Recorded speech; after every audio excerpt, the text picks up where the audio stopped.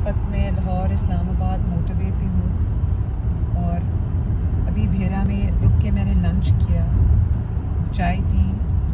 जहाँ पर जितने भी लोग मुझे मिले उनमें से बहुत सारी फैमिलीज़ जो थी कराची की थी और वो सब मेरे पास आए। उन्होंने मियाँ साहब का हाल पूछा, मोहब्बत का इजहार किया और कहा कि कितनी ज़बरदस्त मोटरवे मियाँ साहब ने बनाई है, लोग इतने आराम से इतनी सहूलत के साथ सफ़र करते हैं।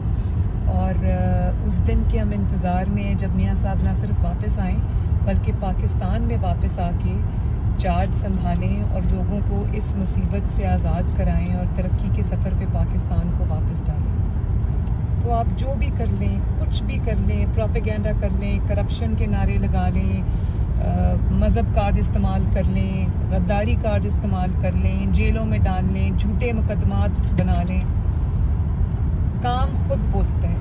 और आप मियाँ साहब की मोहब्बत, उनके लिए सपोर्ट आप कम नहीं कर सके, बल्कि उल्टा वो सपोर्ट और वो जो मोहब्बत है, अकीदत है, वो और भी ज़्यादा हो गई।